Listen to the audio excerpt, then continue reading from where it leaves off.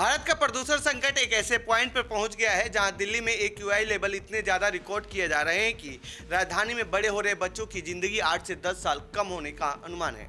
लेकिन हैरानी की बात यह है कि सरकार हाथ पर हाथ रखे बैठी हुई है। लेकिन ये स्थिति सिर्फ भारत में है, ऐसा भी नहीं है। कुछ साल पहले ऐसी ही स्थिति चीन के बीजिंग शहर में भी थी, लेकिन वहां की सरकार भारत की सरकार की तरह चुपचाप नहीं बैठी रही। उसने एक्शन लिया और करीब एक दशक के अंदर इस पर कंट्रोल पा लिया। तो आइए जानते हैं इस रिपोर्ट में चीन की सरकार ने ऐसा क्या किया कि जिसकी वजह से वहां प्रदूषण को कंट्रोल किया जा सका, और साथ में ये भी कि भारत में फिलहाल क्या स्थिति है। नमस्कार, मेरा नाम है प्रमोद और आप देख रहे हैं जनसत्ता।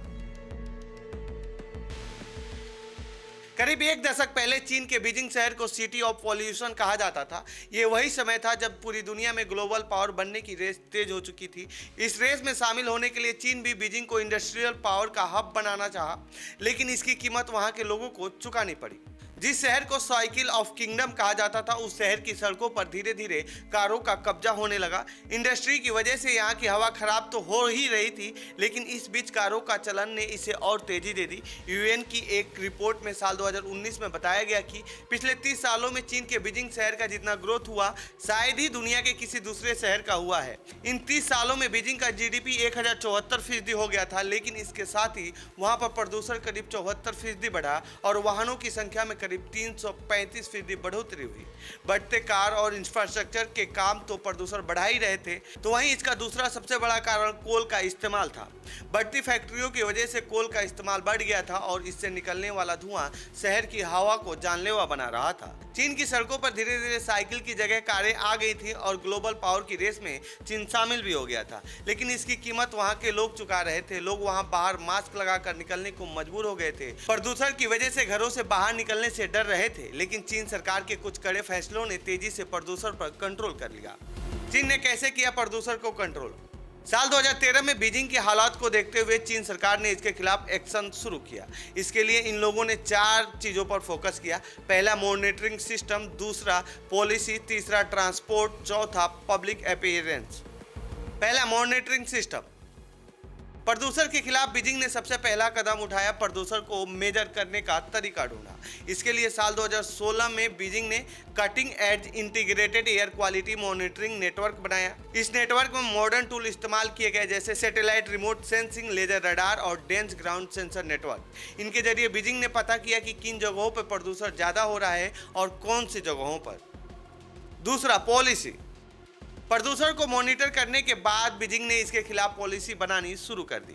सरकार ने प्रदूषण को रोकने के लिए वहां के ट्रांसपोर्टेशन नियम में बदलाव किए। ज्यादातर लोगों को पब्लिक ट्रांसपोर्ट को इस्तेमाल करने के लिए मेट्रो को शहर में तेजी से बढ़ाया गया, ताकि ज्यादा से ज्यादा लोग इसका इस्तेमाल करें, जिससे कार का इस्तेमाल कम हो सके। इससे हुआ ये कि लोगों ने कार का इस्तेमाल करना कम कर दिया, जिससे कार के इस्तेमाल से होने वाला प्रदूषण तो कम हुआ ही, इसके साथ पार्किंग और ओवरब्रिज के निर्माण में भी तेजी से कमी आई। इससे निर्माण से होने वाला प्रदूषण भी कम हुआ। इसके अलावा बीजिंग में नेक्स्ट यू ट्रांसपोर्टेशन कॉरिडोर बनाए गए, जिसके तहत ऐसी कॉलोनियां बसाई गई जिनके वॉकिंग डिस्टेंस पर स्कूल, अस्पताल, दुकानें, मेट्रो और ऑफिसेस थी। इससे लोगों में ट्रांसपोर्ट के इस्तेमाल में कमी आई। इस मॉडर्न युग में धीरे धीरे चीन ने ट्रेडिशनल शहरी प्लानिंग की तरफ मूव करने लगा, यानी कि लोग साइकिल का इस्तेमाल करने लगे, EV पर शिफ्ट होने लगे।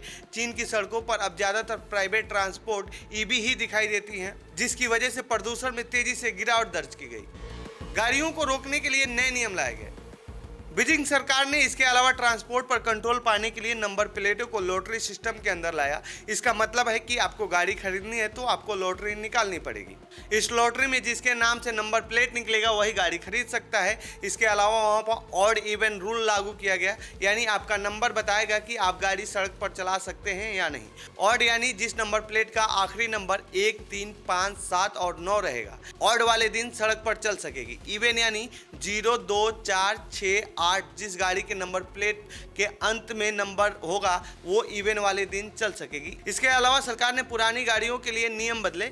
नई गाड़ी लेने पर सब्सिडी देना शुरू किया, जिससे लोगों ने पुरानी गाड़ी के बदले नई गाड़ी खरीदनी शुरू की, जिससे ज़्यादा प्रदूषण फैल रही गाड़ियाँ धीरे धीरे सड़क से कम हो गई। कोल इस्तेमाल पर कंट्रोल। बीजिंग ने ट्रांसपोर्ट पर कंट्रोल तो कर लिया था, लेकिन सबसे बड़ी चुनौतीपूर्ण था फैक्ट्रियों और घरों में हीटिंग के लिए इस्तेमाल हो रहे कोल के इस्तेमाल पर लगाम लगाना। इसके लिए बीजिंग सरकार ने 2005 में कोल की तरफ से गैस की तरफ बढ़ रही चीजों में तेजी लाई। उन्होंने ऐसा सिस्टम बनाया जिससे लोग तेजी से कोल इस्तेमाल छोड़ गैस की तरफ शिफ्ट होने लगे। बीजिंग ने यह कार्य इतनी तेजी से किया कि साल 2017 तक उन्होंने 11 मिलियन टन कोल का इस्तेमाल कम कर दिया।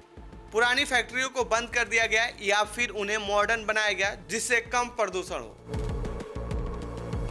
बीजिंग में उत्पन्न होने वाला प्रदूषण तो शहर का दम घोट ही रहा था, लेकिन मंगोलिया से आने वाला सैंड्स भी बीजिंग को प्रदूषित कर रहे थे। इसके लिए बीजिंग सरकार ने मंगोलिया बॉर्डर के करीब बड़ी मात्रा में पेड़ लगवाए, जिसको चीन प्रदूषण को रोकने के लिए एक वॉल की तरह इस्तेमाल करता है और ये बेहद कारगर साबित भी हुआ। ऐसे प्रदूषण को कंट्रोल और परमानेंट सॉल्यूशन के लिए पॉलिसी बना बीजिंग के प्रदूषण पर चीन ने कंट्रोल किया। फिलहाल की स्थिति की बात करें तो दुनिया के सबसे प्रदूषित शहरों के लिस्ट में दिल्ली तीसरे नंबर पर है, तो वहीं 20वें नंबर पर बीजिंग है, जिसे कभी सिटी ऑफ पॉल्यूशन कहा गया था। लेकिन दिल्ली में सरकार एक्शन लेने के बजाय विपक्षी पार्टियों को दोष दे रही है और पर्यावरण मंत्री संसद में पिछले साल से इस साल कम पॉल्यूशन होने की बात कहकर खुद की पीठ भी थपथपा रहे हैं। जबकि हालात ये है कि लोगों को सांस लेना भी मुश्किल है और आंकड़े छुपाने के लिए प्रदूषण मीटर के पास पानी का छिड़काव कराया जा रहा है।